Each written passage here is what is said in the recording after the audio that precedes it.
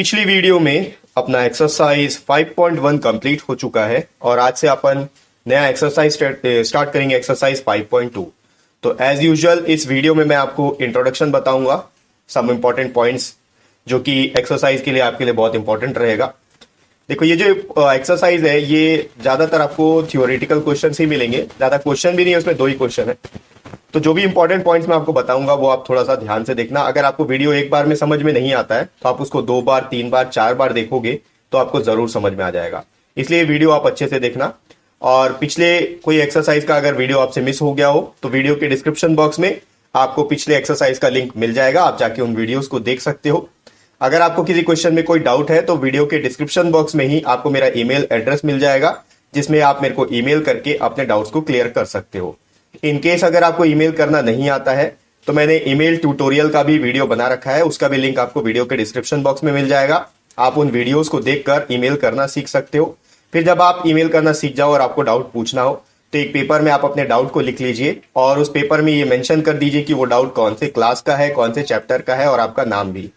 उसके बाद उस पेपर का फोटो खींच के आप मेरे को ईमेल कर दीजिए, तो आपके डाउट को क्लियर करने के लिए मैं वीडियो बना दूंगा। जरूरत पड़ी तो मैं आपसे अपना व्हाट्सएप नंबर भी शेयर कर दूंगा, जिसमें कि आप मेरे को व्हाट्सएप करके या फिर वीडियो कॉल करके भी अपने डाउट्स को क्लियर कर सकते हो। तो चलिए व्हाइट बोर्ड की तरफ चलते हैं और एक्सरसाइज 5.2 के लिए कुछ इंपॉर्टेंट पॉइंट्स देख लेते हैं।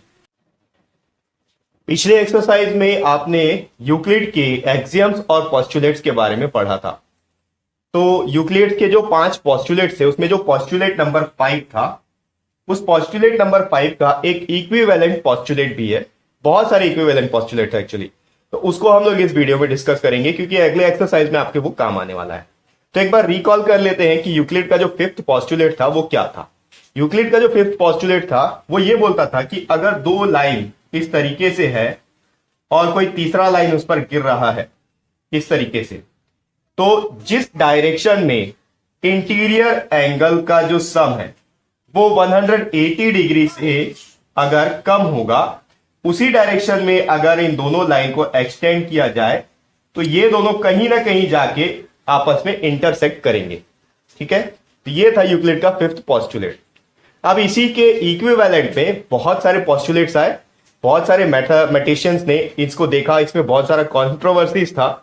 इवन यूक्लिड ने भी ये सोचा कि यूक्लिड के जो पहले 4 पोस्टुलेट्स हैं उन 4 पोस्टुलेट्स को लेकर इसको प्रूव किया जा सकता है।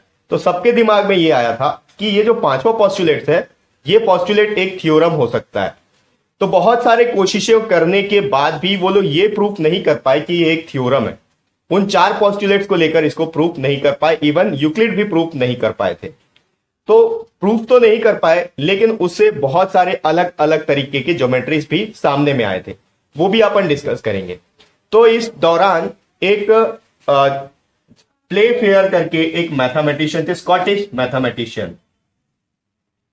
इन्होंने क्या देखा, इस जो यूक्लिड का जो 5th पोस्टुलेट था इसका एक इक्विवेलेंट वर्जन उन्होंने लाया। इक्विवेलेंट वर्जन क्या था, इन्होंने बोला कि ये जो 2 लाइन है, ये 2 लाइन ये 2 लाइन यूक्लिड के मुताबिक अगर 2 लाइन इस तरीके से है कि सेम साइड का जो सम है 180 डिग्री से अगर कम हो रहा है इंटीरियर एंगल का, तो आगे जाके कहीं ना कहीं मीट करेंगे। इससे मिलता जुलता एक इक्विवेलेंट वर्जन ये था प्ले फेयर का कि अगर 2 लाइन इस तरीके से है, इस तरीके से कि जो तीसरा लाइन उस पर गिर रहा है और जो इंटीरियर एंगल का सेम साइड का सम है अगर वो 180 डिग्री के इक्वल होता है, किसी भी साइड अगर इक्वल होता है, तो ये 2 लाइन आपस में कभी भी कहीं भी इंटरसेक्ट नहीं करेंगे, चाहे आप कितना भी इसको इंटरसेक्ट कर लो। इसका मतलब क्या हुआ, ये दोनों लाइन आपस में पैरेलल हो गए। इसी चीज को लेकर एक और इक्विवेलेंट वर्जन था, उसमें यह बताया गया कि एक लाइन है सपोज इस तरीके से L, इसका नाम है L, और इस L के ऊपर एक पॉइंट है यहां पर, इसको मान लेते हैं P। अब इस P से बहुत सारे लाइन, आप अनलिमिटेड लाइन आप इसमें से क्रॉस कर सकते हो इसमें से पास हो सकता है, ये एक लाइन पास हो सकता है, ये एक लाइन इस तरीके से पास होता है। ठीक है, हमने देखा है कि अगर एक पॉइंट है तो एक पॉइंट से आप इनफाइनाइट नंबर ऑफ लाइंस को क्रॉस कर सकते हो, पास कर सकते हो।